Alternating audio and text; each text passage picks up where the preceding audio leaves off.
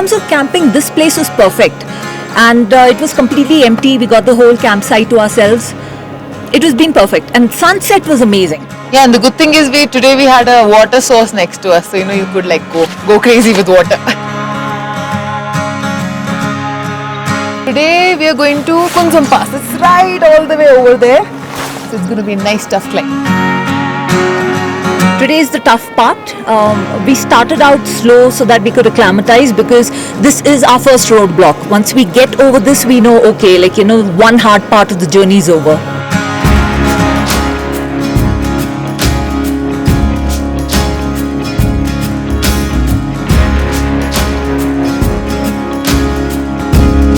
So we are on our way to Kunzum Pass. We started the climb. Down there, somewhere near those black dots, those are horses, is where we camp. That's Takcha. And up there we have to climb. It's a steep climb, but we'll see on top.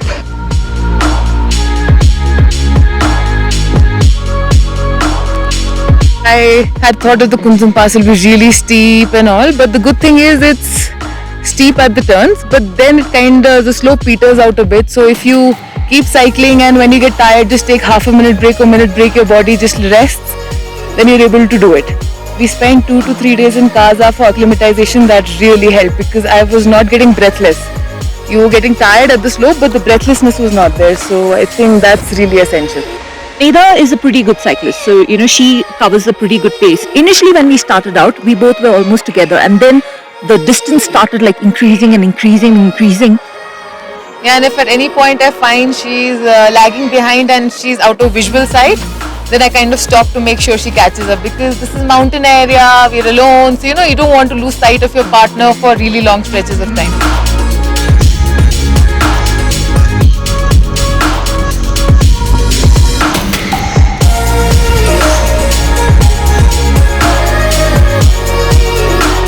So I've been cycling up Kunzum Pass, and I asked the universe for a sign, and the universe gave me a sign. Jaldi kya hai?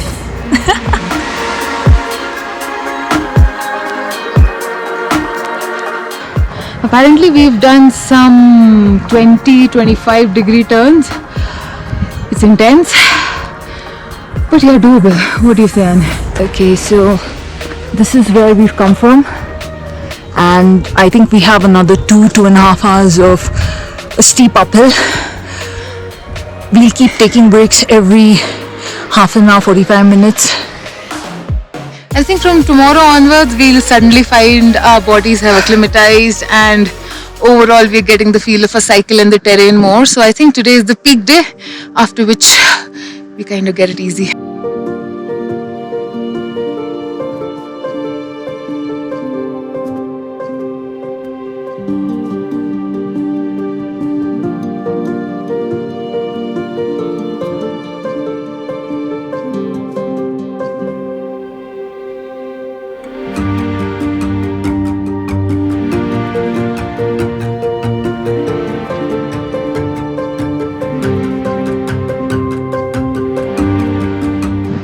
We finally reached Kunzum Pass. This is literally on top of the world. Yes. On top of a pass, you can only feel as if you're on top of the world. All worth it now. We did 80 kilometers, man. I can't believe it.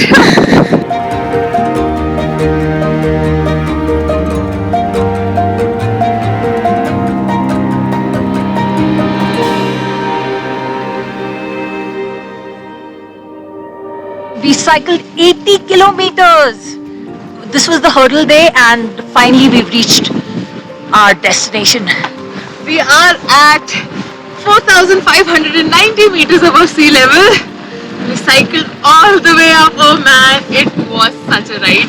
I think this is a morale booster for the rest of our expedition. And now I'm pretty sure we can do the rest of the trip, because we just started out, we had to acclimatize, we had to really, get going. Now that this hurdle is done, we know that the rest is within our grasp. So yay! Leg one done.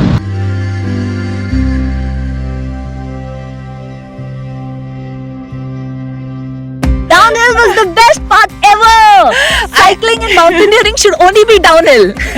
I was actually a bit afraid of downhill because we had heard so much from the people in Manali that there'll be rocks, that it'll be loose and be careful and a truck will come and it can push you off the road. But after the first 5-10 minutes, we got the rhythm and it was not bad. In fact, on some of the not so bad stretches, I was able to stand and cycle. I call it a bum break. So it was pretty fun.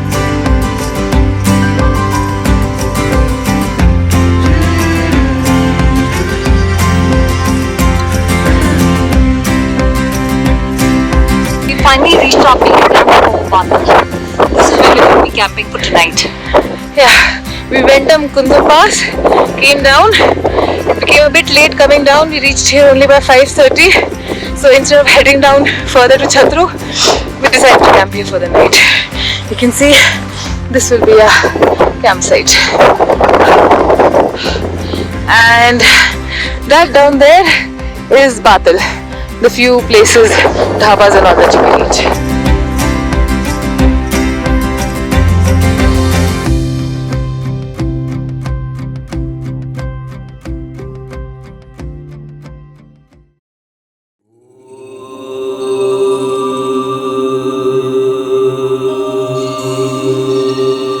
If you look at any religion or culture, places where temples are or monastery is or any important points, there's a reason behind it. There is a energy confluence there. That's why those places have been set up. So if you go to these passes or you go to a monastery or you go to a temple or you go anywhere, and for thousands of years people have come and prayed there, meditated there, done something there. So that place actually has a higher energy level. So if you go to such places, you feel the difference and you feel like just sitting down and just connecting with yourself once again.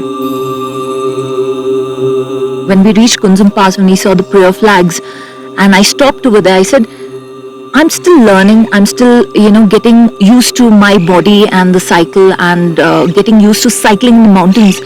But it gave me a boost that, if I keep at it, I could be better, and it was fun.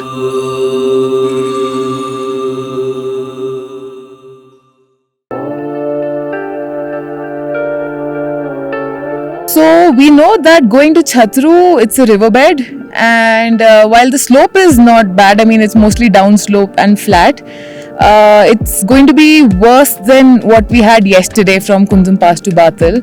There'll be more boulders and there's no defined paths. Like yesterday, there was a path. Today it's a riverbed, so you kind of have to find meander and find your path. So it'll also be an interesting learning today.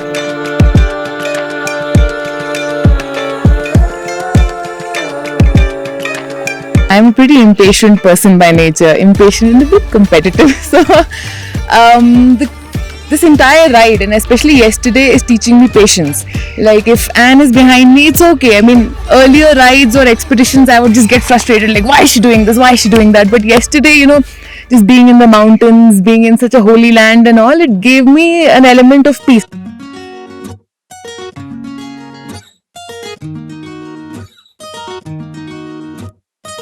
I wouldn't say 100% peace, but some level of patience and understanding that, not everyone is like you. Tomorrow you may cycle with a person who's 10 times faster. Then what do? You can't, then you will be cribbing that the person is going ahead of me. So I think that was a learning which is still in process, that patience and understanding.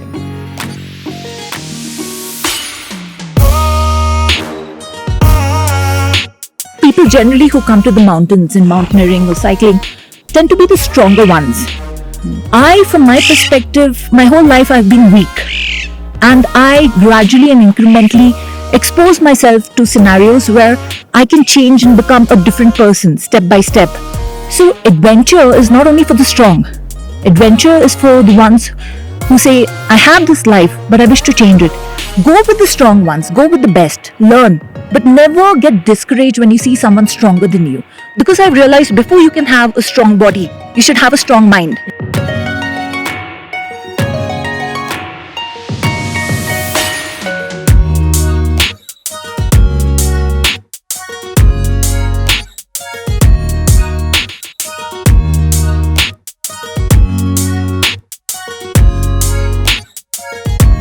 But we got a bit delayed, so I think because of that the nalas have become heavier. It's challenging but interesting at the same time. Will give us a memory of Spiti which we'll remember for years to come. And ironically, downhill and Nala crossings were something we were the most afraid of.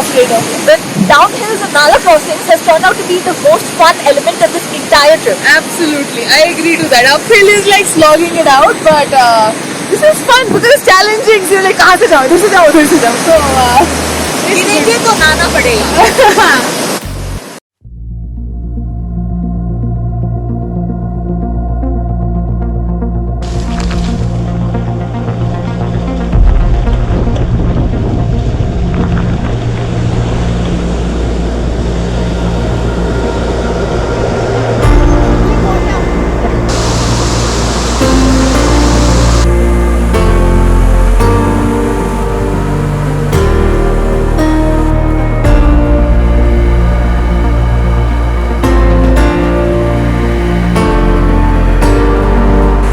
Okay, we were coming down. We were supposed to camp in Chatru, but the weather is turning bad. So we're going to stop at the first dhaba and camp over there. yeah, the weather gods finally decided to show us what they can do, man. Miserable road, miserable weather, but we're having fun. No! Spiti said if you're going to leave, we're going to cry. Yeah, this is the last. Oh yeah, this is right for us. But man, we are cold. Our bums are aching like hell. Okay, so happy. I don't know why. While Spiti is crying, we are laughing. We were laughing, but yeah, this is the last day. Spiti will miss you. But Sanskar awaits. Thank you, Spiti, for being kind to us. Kind to us, and thank you for crying for us. And hello, Sanskar. Here we come.